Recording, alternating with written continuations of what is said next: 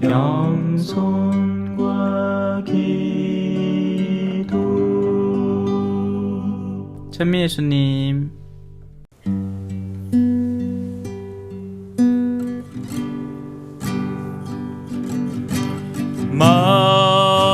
말씀이 사람이 되시어 우리 가운데 계셨네. 우리는 그분의 영광을 보았네.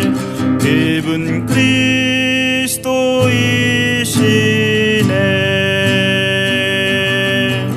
한처음 온 천지가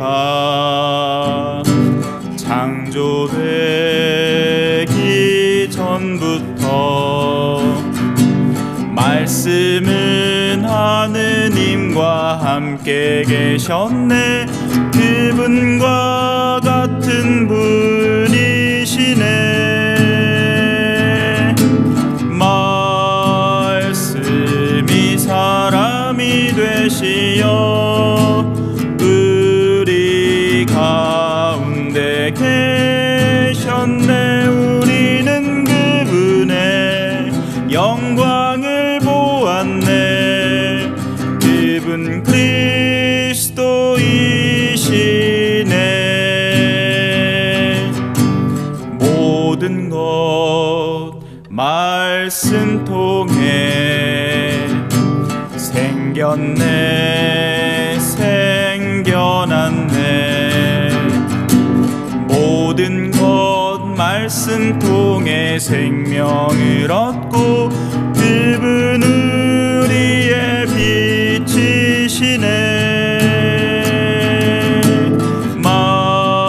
말씀이 사람이 되시어 우리 가운데 계셨네. 우리는 그분의 영광을 보았네.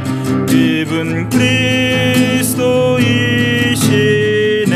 그리스도이시네.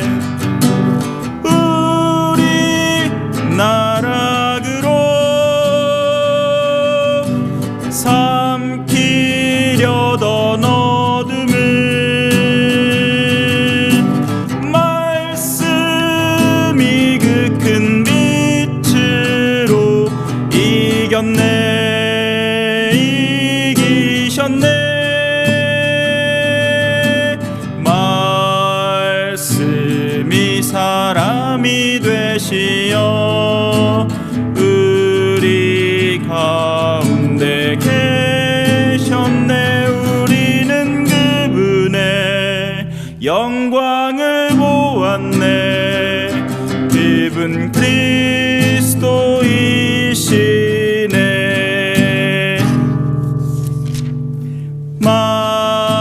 말씀이 사람이 되시어 우리 가운데 계셨네. 우리는 그분의 영광을 보았네. 그분 그리스도이시네. 그분 그리스도이시네.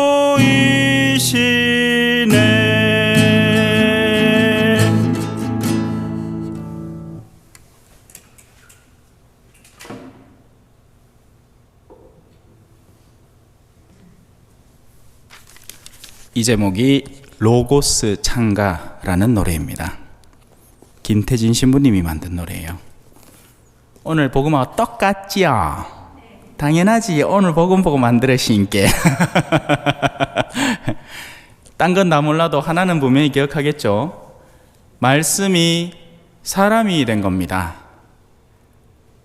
사실 우리는 하루에도 수도 없이 많은 말들을 하고 듣고 살아가요. 우리는 말을 합니다. 하지만 그런 수많은 말들 가운데에는 무게감이 있는 말이 있죠. 아빠가 오늘 저녁에 들어올 때 통닭 사갈게. 아빠 나름입니다. 왜? 어떤 아빠는 말을 하면 정말 통닭을 사와요. 근데 어떤 아빠는 사온다 해놓고는 통닭 사러 가가 친구 만나가 생맥주 한 캔 들이키다가 분위기가 좋아져갖고 소주 먹으러 간다 2차로. 그래 소주 먹고는 그래 밤 새도록 먹고는 다음날 아침에 오다가 꽝 해붙는 기라. 통닭은커녕 자식 마음에 못을 박아놓고 먼저 갑니다. 간다. 통닭이고 자식 없어.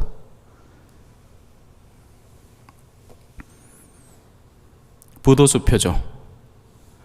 하지만 하느님은 역으로 당신의 말씀을 사람으로 우리에게 보여주신 겁니다. 그리고 그 사람 안에는 분명한 말씀이 깃들어 있습니다. 단 하나의 말씀이요. 나는 너희를 나의 자녀로 초대하고 싶구나. 내가 너희에게 마중 나갈 테니 너희는 마중 나간 그의 손을 잡고는 나와 함께 하늘나라로 올라오자꾸나. 오늘 성당도로 오는데 우리 천년성취한 우리 꼬맹이가 오늘 머리를 억수로 이쁘게 해가 왔네. 춘리 맨키로. 너 그 춘리 누군지 모르지? 신부님 어릴 때는 게임기 속에 무수라는 여자가 있는데 가 이름이 춘리다. 가 머리 모양이 꼭 늙었다. 여튼 그래서 이제 신부님 같이 가요 하는 거예요. 예. 그래 가 손을 꼭 잡고는 안으로 싹 들어왔지. 예. 그런 느낌인 겁니다. 마치 성당에 이 친구야 이제 성당이 익숙하니까 그냥 가만히 놔둬도 지 혼자도 뭐 여도 오고 저도 가고 하겠지만 예를 들어서 제대 위에는 함부로 못 올라오겠죠. 근데 신부님이 내려가서 잠깐만요 와봐라 걔가 손잡고는 제대 위에 옆에 잠깐 댈고 있는 거예요. 그러면 올라올 수 있겠죠. 용기를 내서. 그죠? 아닌 게 아니라 저 뒤에 앉은 분들 겁나가 여 앞에 못 온다 아닙니까? 사람은 항상 자기가 앉는 자리가 있거든요. 그 자리가 제일 편해서 거기 앉아요. 예.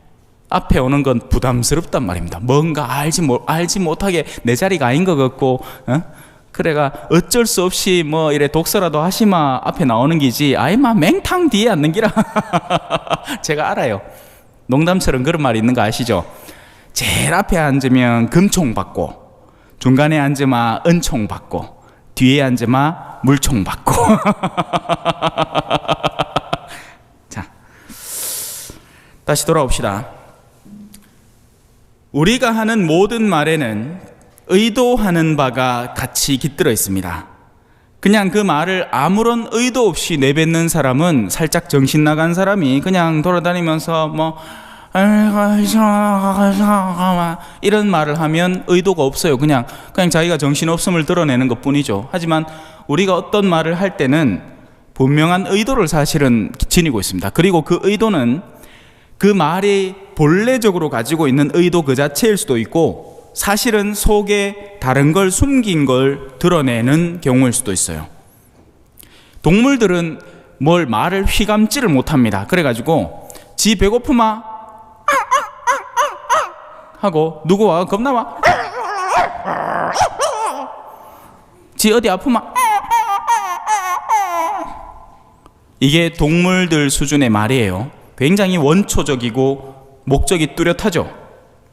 사람들도 그럴 수 있습니다. 사람들도 원초적인 말을 할 수가 있어요. 어떤 때는 말하는 내용 자체가 의미가 없이 그냥 원초적인 말을 원색적으로 쏟아내고 있는 경우도 있습니다. 어떤 경우일까요? 예를 들어서 부부가 싸워. 야봐, 내가 해놓게 했잖아. 당신 뭐 하는 사람이가? 그럼 남편 어디 까불어. 이건 뭐예요? 개언어로 바꿔봅시다. 뭐가 달라요? 똑같아요. 하나도 다르지 않습니다. 둘이 화났다고, 그리고 화를 어떤 강도로 더 강하게 드러내느냐에 따라서 깨갱돼 버리고 마는 겁니다. 원초적인 말인 거죠. 그 말에는 별다른 의미가 없는 거예요. 그냥 분노가 담겨 있을 뿐인 겁니다. 교묘한 말들이 있죠. 교묘한 말들이 있습니다. 마치 자신을 겸손하게 드러내는 척 하면서도 사실은 내가 이런 걸 엄청 잘하는 사람이라는 걸 드러내고 싶어 하는 말들. 들어보면 알죠? 그런 말들은 들으면 얼마 지나지 않아서 지쳐버립니다. 그래서 그런 사람 주변에는 사실은 지친 사람들만 있어요. 어쩔 수 없어서 그의 힘과 권능 때문에 그 옆에 붙어 있을 뿐, 그 사람 곁에는 사실상 다가가고 싶지 않습니다. 대화를 하고 싶지 않아요. 나오는 말이라고는 전부 다 자기 자랑뿐이기 때문이죠. 하느님의 말씀은 당신의 구원 의지를 굉장히 강하게 품고 있습니다. 하느님은 우리를 구하고 싶어 해요. 그래서 그 구원의 말씀에 목말라 있던 사람들은 그 목소리가 꿀처럼 느껴집니다. 하지만 그런 구원 의지가 없는, 자기 자신을 하느님께 가까이 다가서게 하려는 의지가 없는 사람들의 귀에는 부담스러운 말이에요. 너무 간단하죠? 나는 지금 내가 원하는 게 더 많은 쾌락을 이 세상에서 즐기는 것인데, 하느님은 마치 그 쾌락을 없애고 거룩함이라는 새로운 영역으로 초대하려고 하는 것 같으니까. 아닌 게 아니라 사람들이 무엇이 좋은지를 모릅니다. 그리고 거룩함이 왜 좋은지를 몰라요. 신학교에 들어가면 훈련을 하죠. 무슨 훈련을 합니까? 아침 그 꼭두 새벽에 성당 가가 앉아있어. 30분 동안 성체조배 한다고, 아니면 묵상한다고. 처음에 가면 누구도 좋은 줄 모릅니다. 죽을라 하죠. 엉덩이에 좀이 쑤셔가지고 막 이거 앞으로 평생 동안 이거 하고 살아야 되나 칸다카 있긴 해, 신학생들이. 그러다가 어느 순간에서부턴가 그 시간의 고요를 만끽하는 신학생이 생겨나고, 반대로 어떻게든지 핑계를 대서 그 시간을 빠지고 싶은 신학생이 분별되게 됩니다. 그러면 보통은 이쪽은 잘 못 견뎌요. 왜 신부님들이나 우리 신학생들이 스캔들이 나면 흔히 이성에 대한 스캔들이 가장 1순위를 차지한다는 소문을 많이 듣죠. 아닙니다, 여러분. 착각하시면 안 돼요. 신앙이 뒤틀려서, 그래서 가장 첫 번째로 위안받고 싶은 대상을 고르다 보니 그게 가장 쉽게 만날 수 있는 이성이 되는 것 뿐입니다. 원리는 따로 있는 거예요. 집을 나가고 싶은 학생이 어떤 핑계를 대서라도 집을 나갈 뿐입니다. 아무리 좋아 보이고 거룩한 핑계를 대더라도 결국 집을 나가고 싶다는 의지의 표출인 것 뿐이에요. 그분 안에 생명이 있었으니 그 생명은 사람들의 빛이었다. 그 빛이 어둠 속에서 비치고 있지만 어둠은 그 빛이 무엇을 의도하는지, 우리에게 무엇을 원하는지, 우리를 어디로 이끌어 가려고 하는지 전혀 깨닫지를 못하는 겁니다. 그러니 수많은 젊은 애들이 학생 때 교리교사 한다고 열심히 하다가 고마 좀에 몇 년 지나갖고 이제 직장 들어가고 하마 순간 바로 냉담해 버리는 것이 빛으로 교리교사 생활을 한 게 아니기 때문에 그래요. 이거는 제가 옆에서 지켜봐서 잘 압니다. 저도 보좌 생활이 있었을 거 아니에요, 그죠? 대구 교구의 신부들이 보좌 생활을 하면 큰 본당에서 하고, 거기에는 적어도 교사들이 교사단을 꾸리고 있는 곳에 교사 생활을 해요. 보좌 생활을 한다고요. 그러면 그 친구들이 정말 열이면 열 전부 다 순수한 마음으로 신앙에 헌신하느냐? 아니죠. 술 먹으라고 합니다. 술 마시려고 해요. 핑계 좋거든. 전화 뜨뜻 엄마한테 오면 엄마, 네 지금 옆에 보좌 신부님하고 술 먹는다. 다행히 그런 생이 지속되면 어떻게 되느냐? 단지 보좌 신부님에서 명칭만 바뀝니다. 여보, 네 지금 옆에 주임 신부님하고 술 먹는다. 핑계 좋죠? 하나도 달라진 게 없습니다. 그런 사람은 자신에게 그 쾌감을 주는 요소만 끊어져 버리면 그 순간부터 집을 나가고 싶어요. 그 전까지는 집이 재미있어서 붙어 있었던 거고, 이제 그 재미의 요소가 사라지고 나면 이제 갈팡질팡하는 거죠. 뻔할 뻔잡니다.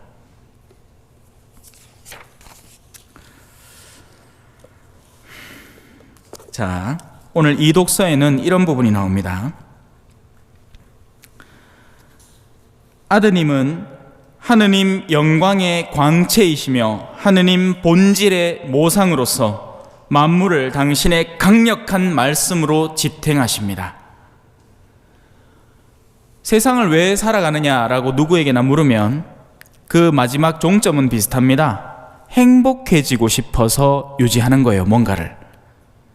그 행복 때문에 서울대도 가려는 거고, 그 행복 때문에 참외밭을 겨울, 여름 나날이 경작을 해서 돈을 땡겨 오려는 겁니다. 왜? 돈을 땡겨 오면 그 돈으로 내가 행복해진다고 믿으니까요. 그 돈을 내가 목적하는 대로, 내가 원하는 대로 뿍뿍 뿌리면서 나는 행복해지는 겁니다. 먹고 살기 위한 목적이라면 그렇게 미친 듯이 경작할 필요는 없습니다. 사실 그 전까지는 저는 이 농촌 생활에 대해서 뭔가 이상 같은 걸 품고 있었지. 다다다다다다 다다다 하면 최불암 아저씨 나와갖고 파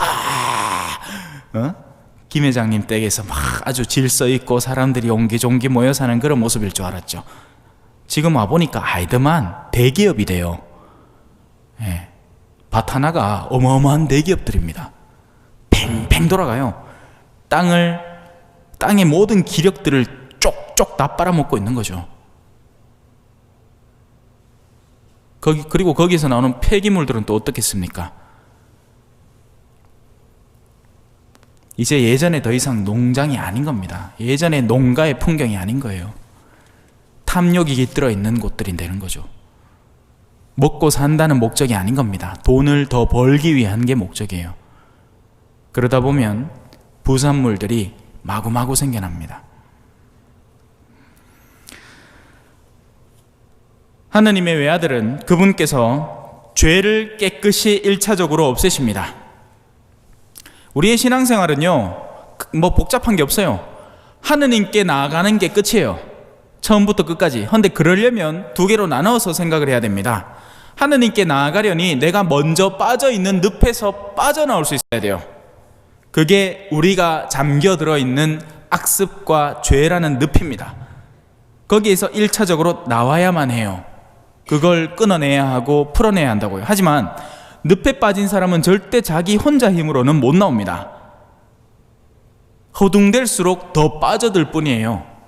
그래서 교회라는 이 수단을 제공하는 겁니다. 은총의 수단을. 주님은 부활하시고 승천하시면서 그 사명을 교회에 맡기신 거예요. 그래서 사목자들은 뭐 하라고 여기 있겠습니까? 제가 무슨 여기 행정가입니까?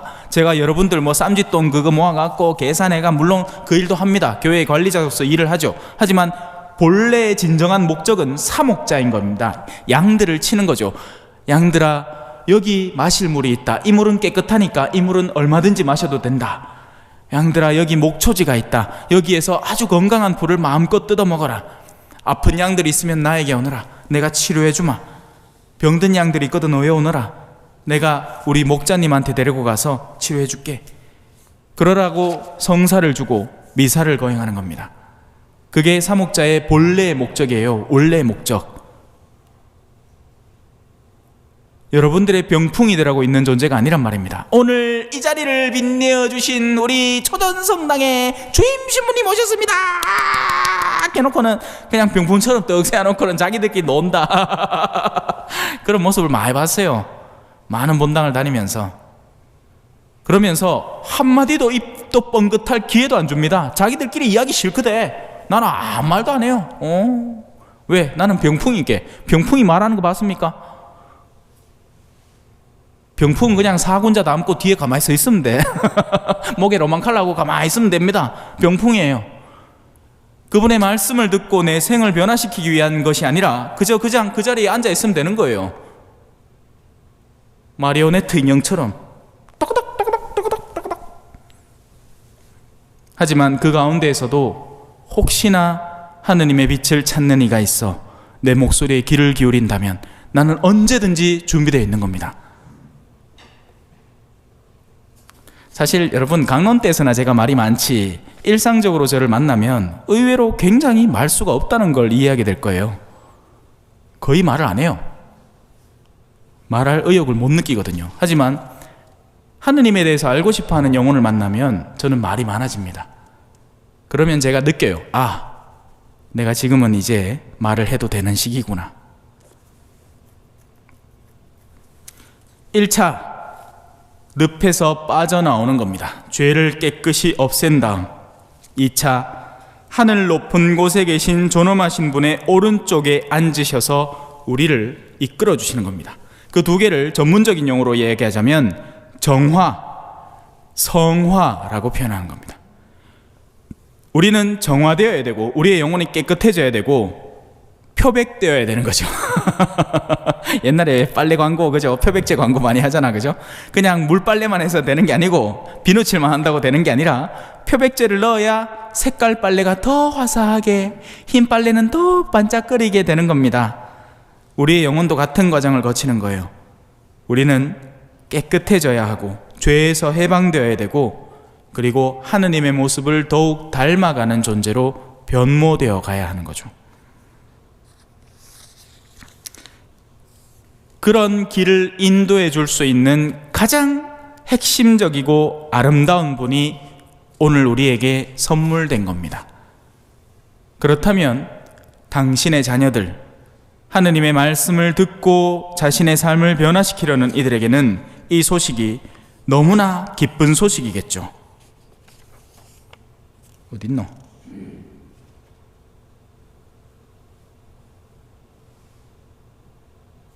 여기 있다. 그분께서 당신 땅에 오셨지만 그분의 백성은 그분을 맞아들이지 않았다. 그분께서는 당신을 받아들이는 이들, 당신의 이름을 믿는 모든 이에게 하느님의 자녀가 되는 권한을 주셨다. 이것이 우리가 보장받은 약속입니다. 하느님의 말씀을 듣고 그분의 말씀을 실행하는 이들은 하느님의 자녀가 될 거예요. 쫄지 마시라고. 우린 다 하늘나라 갈 테니까. 아멘. 찬미 예수님, 겸손과 기도.